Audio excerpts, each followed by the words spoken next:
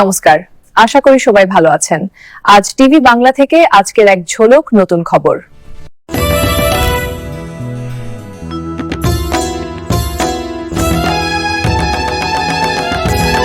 বার্ষিক ক্রীড়া প্রতিযোগিতার আয়োজন করা হলো বীরভূমের ময়ূরেশ্বরে।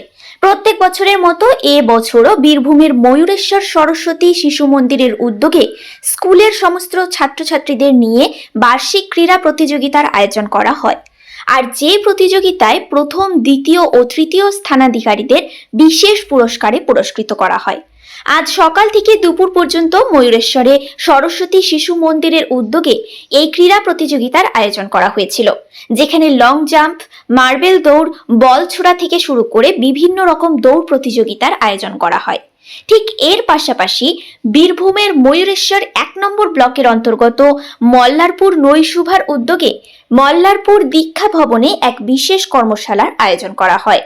আর যে কর্মশালা শেষ হতেই প্রায় ৩৫ জন অংশগ্রহণকারী যুবক যুবতীদের সার্টিফিকেট সহ যাতায়াত খরচেরও ব্যবস্থা করা হয়। উল্লেখ্য, গত ১০ই ডিসেম্বর থেকে ১২ই ডিসেম্বর পর্যন্ত মল্লারপুর নৈশুভার দীক্ষা ভবনে ৩ দিন ব্যাপী এই জেলার বিভিন্ন ব্লক থেকে আগত প্রায় ৩৫ জনের জন্য বিশেষ প্রশিক্ষণের আয়োজন করা হয়। যে সমস্ত ব্যক্তিরা আগামী দিনে বিশেষ স্থানে প্রতিনিধিত্ব করতে চায় বা একটা লিডার কেমন হওয়া প্রয়োজন, এছাড়াও তার মধ্যে কেমন গুণ থাকাটা খুবই দরকার, সেই সমস্ত বিষয়ের ওপরেই এই প্রশিক্ষণ শিবিরের আয়োজন করা হয়। আর এই প্রশিক্ষণ শিবিরে উপস্থিত ছিলেন বিশ্বভারতী সোশ্যাল ওয়েলফেয়ার প্রফেসর, মাই যুব ভারত বীরভূম জেলা ডিস্ট্রিক্ট অফিসার, বীরভূম জেলা ক্রেতা সুরক্ষা আধিকারিক, হার্টফুল সংস্থার ৩ জন প্রতিনিধি সহ ময়ূরেশ্বর ১ নম্বর ব্লক স্বাস্থ্য আধিকারিক ও পঞ্চায়েত সমিতির সভাপতি সহ উপস্থিত ছিলেন মল্লারপুর নৈশুভার কর্ণধার সাধন সিংহ সহ আরো অনেকেই। নমস্কার। সরস্বতী শিশু মন্দির ময়ূরেশ্বরের বার্ষিক ক্রীড়া প্রতিযোগিতা আজ অনুষ্ঠিত হচ্ছে। সকাল থেকে শুরু হয়েছে এই বার্ষিক ক্রীড়া প্রতিযোগিতা।